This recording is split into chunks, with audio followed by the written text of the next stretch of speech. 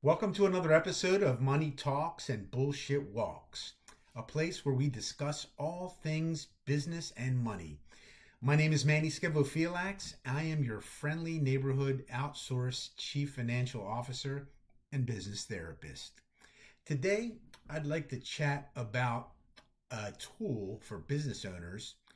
And in my opinion, this tool is probably one of the most important that a business owner can have in the toolbox. It's called a cash flow forecast, actually, rolling cash flow forecast.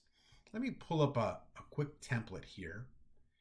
And what it does, first of all, I like to keep things very simple because people buy in and they will continue to, participate in the activity.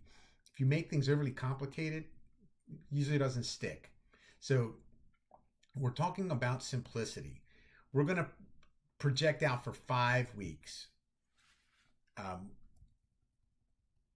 The amount of cash that your business starts with is this number right here.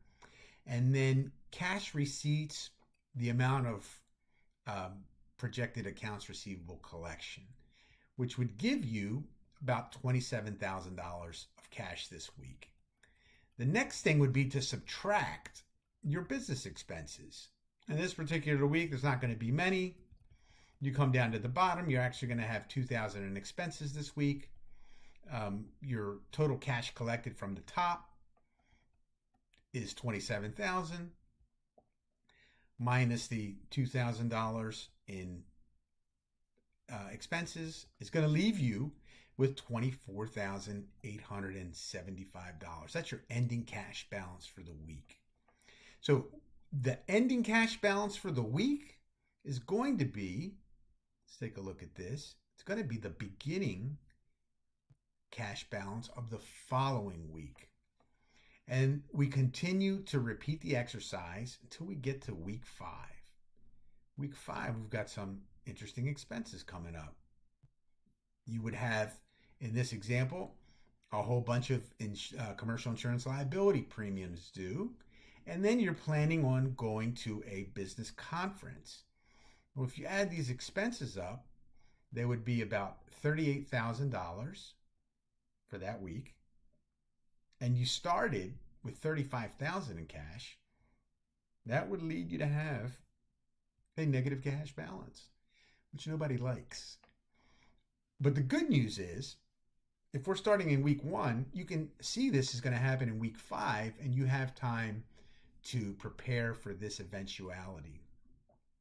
Another thing that I like to do is do the rolling forecast, but instead of doing it by weeks, because it makes the spreadsheet too big, do it by months. That way you'd only have 12 columns across the spreadsheet.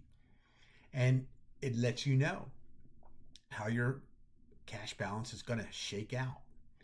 Again, do what works for you. Keep it simple. Find a template online, or if you want, I'm happy to share this one with you. Send an email to Manny, MANNY, at portalcfo.com. And thank you for tuning in. And I'll see you on another episode of Money Talks and Bullshit Walks.